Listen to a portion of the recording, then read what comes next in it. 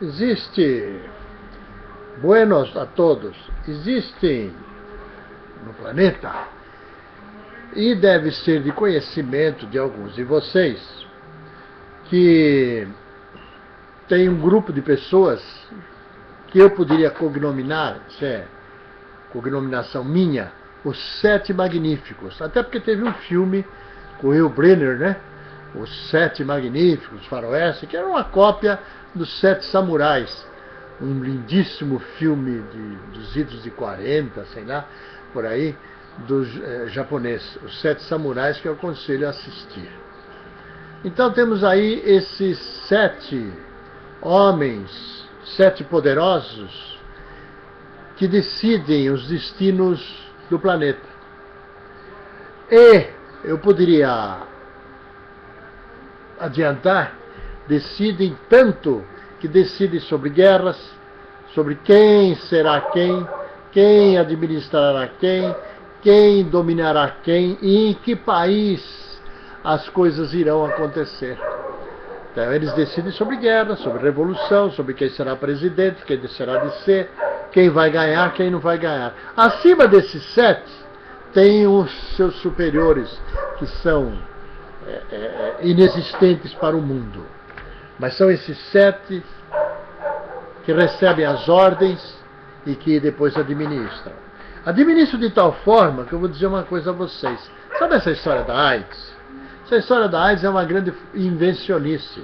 Eu tenho um livro que eu quero ver se encontro aqui. Agora eu falei, tenho que encontrá-lo, não é? Eu tenho um livro que diz exatamente sobre isso, sobre a mentira da AIDS. Não é? E não é meia dúzia de cientistas, não, uma quantidade muito grande de cientistas. Está aqui, ó. Está aqui. Aqui, olha só. Olha aí, AIDS, invenção de uma nova doença. São artigos de Hanseli Albônico, Bruno Combe, Peter Duisberg, Alfred Embit, Neville Hodgkinson, Philip Johnson, John Lauritsen, Gerhard Ort, Caroline Roybin, Christian Tauschal e muitos outros. Muito bem. Aqui nós temos, olha, livros e mais livros. Está vendo? Livros e mais livros em todas as línguas sobre uma outra visão da AIDS. E tenho, então, uma quantidade imensa de dissidentes sobre essa história da AIDS. Está crescendo o número de cientistas, médicos, livros, revistas e artigos que questionam o papel que desempenha o HIV. Desafiando o HIV, eles também estão questionando a fatalidade da AIDS. E isso significa questionar todo o arcabouço de crenças, dogmas e autoridades que sustentam essa doença. Então, este livro aqui, é um livro muito raro, já não existe mais, viu? Já não existe mais. Mas aqui diz, até, e usa aquela história de Orwell, né? Se uma mentira é repetida inúmeras vezes, acaba sendo aceita como verdade. Orwell disse isso. Eu digo até mais. Agora, esses são os donos do mundo que administram todo o planeta. Eles decidem o que, quando e como fazer e o que acontecer. Não é? Nossas doenças são administradas por eles. Essa coisa da vacina precisa ser bem repensada. Eu tomo a vacina. Mas, por exemplo, eu soube a boca que usa, a quattroque, tete-a-tete, vis-a-vis, que um país aí, e não posso mencionar o nome, mas um país aí andou aplicando a vacina para diminuir a população de idosos, porque a despesa estava sendo muito grande. A previdência daquele país, a previdência social do país, não estava suportando mais. Então, decidiram matar com os velhos. Que, aliás, dizem melhor idade. Para mim é hipócrita quem chama a terceira idade de melhor idade. Isso é tudo hipócrita, porque é uma bosta envelhecer. Envelhecer é um cocô. Envelhecer é uma porcaria. Não vem com essa conversa, melhor idade. Isso é fantasia, por ilusão. Conversa fiada, conversa pra boi dormir, rapaz. Deixa de bobagem. Entendeu? Então tá aqui.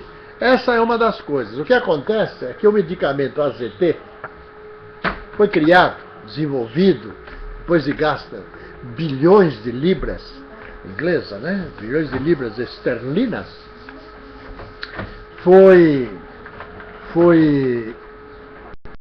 desenvolvido. E como não deu certo, então inventaram uma doença para poder gastar aquele medicamento, né? E assim por diante. E assim outros, viu? E assim outros.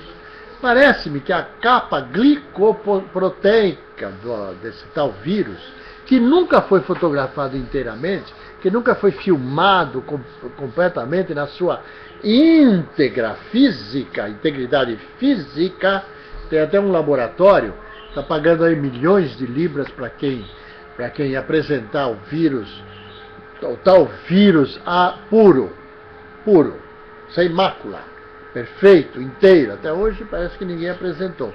Não estou tão atualizado assim. Mas é dito que a AIDS é a invenção de uma nova doença. E outras mais que estão por vir e outras que já estão por aí. Que é para dar suporte aos laboratórios, que é para gerar recursos, que é para vender o produto. É como guerra. Você já imaginou se não houvesse guerra nenhuma no planeta? Essas empresas que produzem produtos bélicos estariam aonde? Tudo desempregado. Fechariam essas empresas. Então é preciso que as guerras existam para dar suporte a essas empresas. E assim por diante. E assim por diante. Assim é também na medicina. Ninguém quer ver ninguém curado, não. Pensou todo mundo sem doença? Como é que fica a situação? É preciso preparar o ambiente para isso, né? É preciso ter estrutura para isso.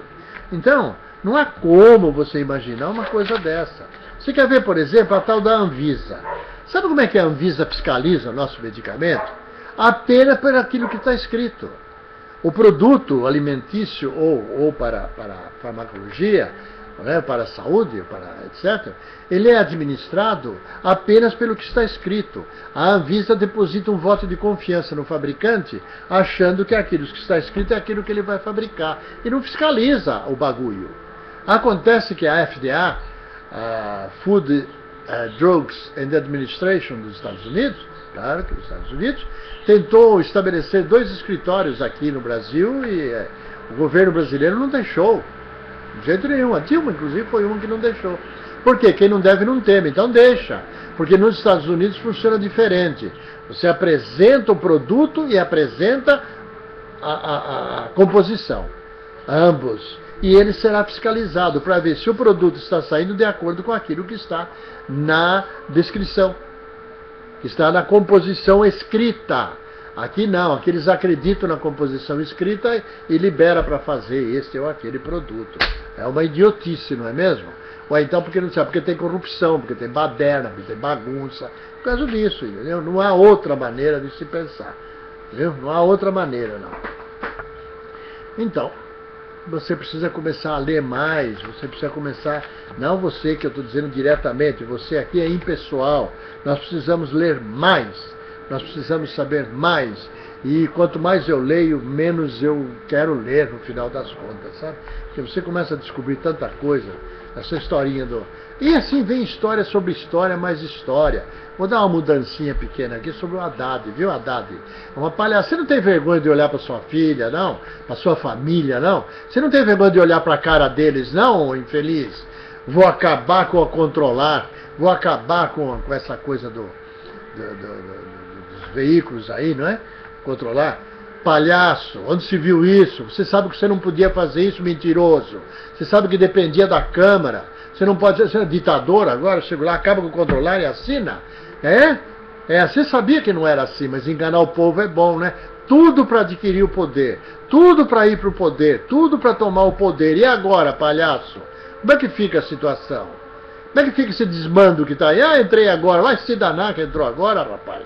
Você não tinha que prometer coisa impossível, você sabia que isso não era possível, você sabia que ia depender da Câmara dos Vereadores se não controlaram, não. E depois tem uma corrupção desgraçada por trás disso. Então coloque mais empresas, não é? Para que haja concorrência, fique tudo na mão de uma só, o infeliz metido a direito, PTs metido a direitos, né? São os petralhas, né? Dos irmãos petralhas. Quer dizer, dos irmãos metralhas, dos irmãos petralhas. Estou enojado desse PT, essa cambada, entendeu? Que queriam por todo custo tomar uma cambada de ladrão. Que a ficha criminal da Dilma é uma loucura. A ficha criminal da Dilma é um inferno, é uma ladra, uma assaltante armada, como são esses assaltantes que assaltam bancos hoje. Assaltar caixa forte, assaltar carro forte, assaltar banco, assaltar até o exército aqui, o exército aí de Quitaúna, de coisa, ela assaltou. É que exército de merda é esse também que deixou ser assaltado, né? Que exército de bosta é esse que deixou ser assaltado. O que é isso? Tenha paciência. Então, cambada de sem vergonha, é isso mesmo. É o quê? O que é, além do mais? E essa bosta dessa maioridade penal? Você não tem que diminuir a idade penal, cambada de malucos que estão pretendendo isso? Tudo tonto. Inclusive repórteres que são a favor da diminuição da maioridade penal. Conversa. Você tem que implantar leis que sejam cumpridas, que sejam sérias, e que o indivíduo cumpra a pena mesmo, e que não exista maioridade penal, mas sim que o indivíduo seja condenado, ele é menor, mas seja condenado a 20 anos, e até os 18 anos ele fique numa casa de custódia ou coisa parecida, e depois ele continue cumprindo a pena num presídio comum. E é preciso melhorar esses presídios também, para que as penas sejam mudadas. Você não pode dar uma pena de 50 anos para um cara e não tem estrutura. Eu digo, bota lá na Ilha Trindade, entendeu? Pega uma ilha aí do Brasil e bota o presídio lá, bota todo mundo lá, entendeu? E uma administração perfeita em cima disso. E acaba com essa roubalheira desgraçada. Todo lugar tem roubalheira. Essas empresas que servem alimentação nos presídios, tudo tem corrupção. Eu estou falando que vi, nas marmitex, a maconha entrar junto com a marmitex, carcereiro, delegado, ninguém falar nada, e sabe que aquilo está entrando. E sabe por que eles deixam? Sabe o que eles deixam? Porque os caras ficam malucos lá dentro se não tomar uma droga. Então eles liberam a droga dentro da polícia, dentro da cadeia, que é para acalmar os ânimos da cambada. É a única saída que tem. Não tem biblioteca, não tem sala de ginástica, não tem lazer, não tem nada. Devia ter aulas, devia ter um monte de coisa. Não tem. Devia ter até balé, capoeira, tudo lá dentro. Como tem muitas penitenciárias dos Estados Unidos, né? E outros países. Então, para evitar que eles ficam ali naquela ociosidade desgraçada, entendeu? Qualquer coisa se matam, se estupram e etc. O que deviam fazer? Implantar essas coisas. Então, que eles não podem, então liberam a maconha. Tá certo o delegado, ele vai fazer o quê? Ele quer briga na cadeia dele? O carcereiro quer encrenca na cadeia dele? Não quer. Então deixa a turma fumar maconha, calma todo mundo. É por isso que a maconha, o celular é liberado lá dentro. Eles não vão proibir celular nunca, não vão proibir maconha nunca. Para acabar com isso tem que mudar o sistema. E para mudar o sistema, sim, aí você pode alterar as leis. Você quer pôr, é que nem o ECA, essa bosta desse ECA, que esse eu conheço. O ECA eu conheço, desde a sua criação. O ECA é muito bom para um país educado. Mas, infelizmente, nós, brasileiros, não temos educação. Não que não temos educação, porque nós somos mal educados. Nós somos mal orientados. A nossa escola não presta. Entendeu? Eu sempre prego que o direito, curso de direito, o conhecimento do direito deve se iniciar no primeiro grau. Deve ter início no primeiro grau. E o conhecimento da coisa pública. A base do direito, o conhecimento do direito, deve se iniciar no primeiro grau para o segundo grau. Para que depois o indivíduo decide se ele vai ser advogado, não vai, o que ele quiser ser. Mas isso devem ser matérias obrigatórias. Civilidade, não é? Civilidade, que é o conhecimento da coisa pública, o comportamento na sociedade, etc. E direito. Então é uma bosta, uma porcaria. Então você não pode pôr uma coisa que o povo não esteja preparado. Essa tal da cláusula pétrea. Acima da minha vida, a cláusula pétrea não manda.